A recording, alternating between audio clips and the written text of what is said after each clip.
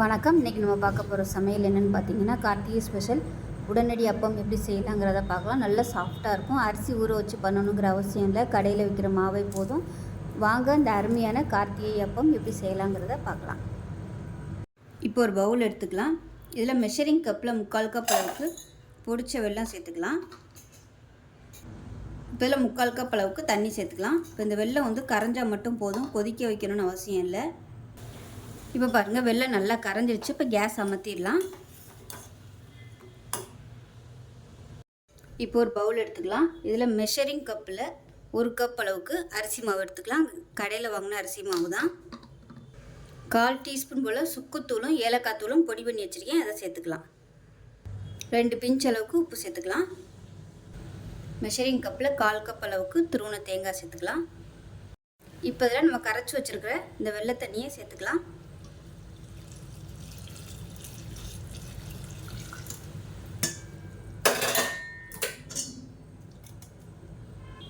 இப்போ இதை நல்லா மிக்ஸ் பண்ணி விட்டுக்கலாம்.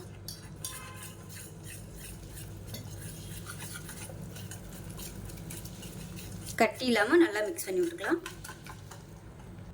இப்போ இது எல்லாத்தையுமே நல்லா கலந்தாச்சு. இது ஒரு 15 நிமிஷம் அப்படியே இருக்கட்டும்.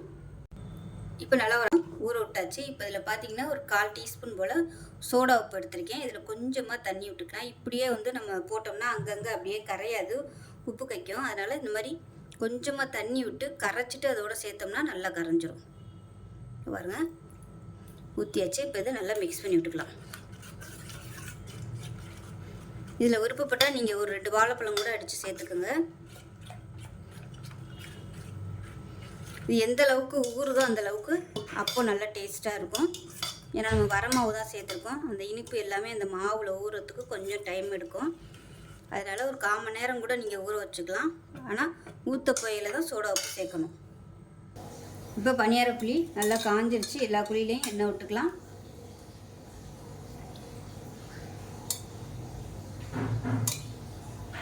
இது நம்ம எண்ணெயிலே தான் பொரிக்க போகிறோம். அதனால் கொஞ்சம் கூடவே விட்டுக்கலாம். அதில் இல்லை எண்ணெய் கொஞ்சமாக விட்டு நீங்கள் பொரிக்கிறதுனாலும் அப்படியும் பண்ணிக்கலாம்.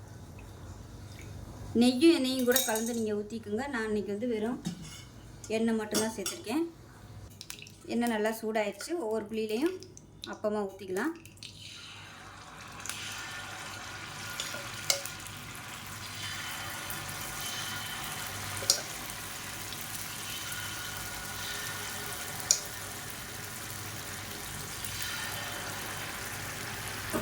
மீடியமான ஃப்ளேமில் வேகட்டும். இப்போ எப்படி இருக்குன்னு பார்க்கலாம். இப்போ பாருங்கள், மேல் புறம் நல்லா வெந்துருச்சு. இதை அப்படியே திருப்பி விட்டுக்கலாம். கலர் இன்னுமே நல்லா செவந்து வரணும்.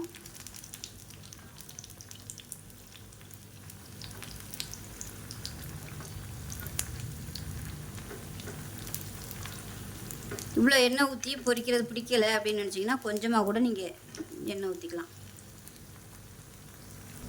இப்போ பாருங்கள், 2 சைடும் நல்லா சூப்பராக ரெடி ஆகிடுச்சு. வேணும்னா நீங்கள் ஒரு ஸ்பூன் வச்சு இந்த அப்பத்தை பிழிஞ்சு எடுத்துக்கலாம்.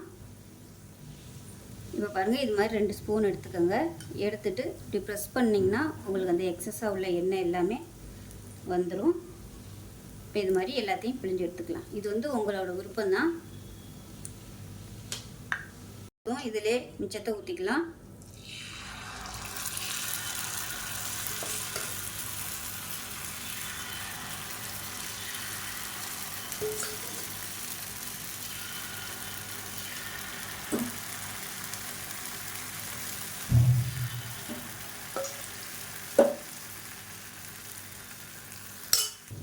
இப்போ 2வது ஊற்றின அப்பமும் சூப்பராக ரெடி ஆயிடுச்சு. எடுத்துடலாம்.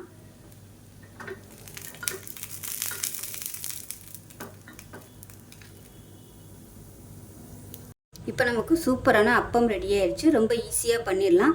ஸோ இதே மாதிரியே செஞ்சு பாருங்கள். செஞ்சு பார்த்துட்டு எப்படி இருந்துச்சுங்கிறத சொல்லுங்கள். வீடியோ பிடிச்சிச்சுன்னா லைக் பண்ணுங்கள், கமெண்ட் பண்ணுங்கள், சேனலை சப்ஸ்கிரைப் பண்ணுங்கள், பக்கத்தில் பெல் பட்டனையும் ப்ரெஸ் பண்ணுங்கள். நன்றி.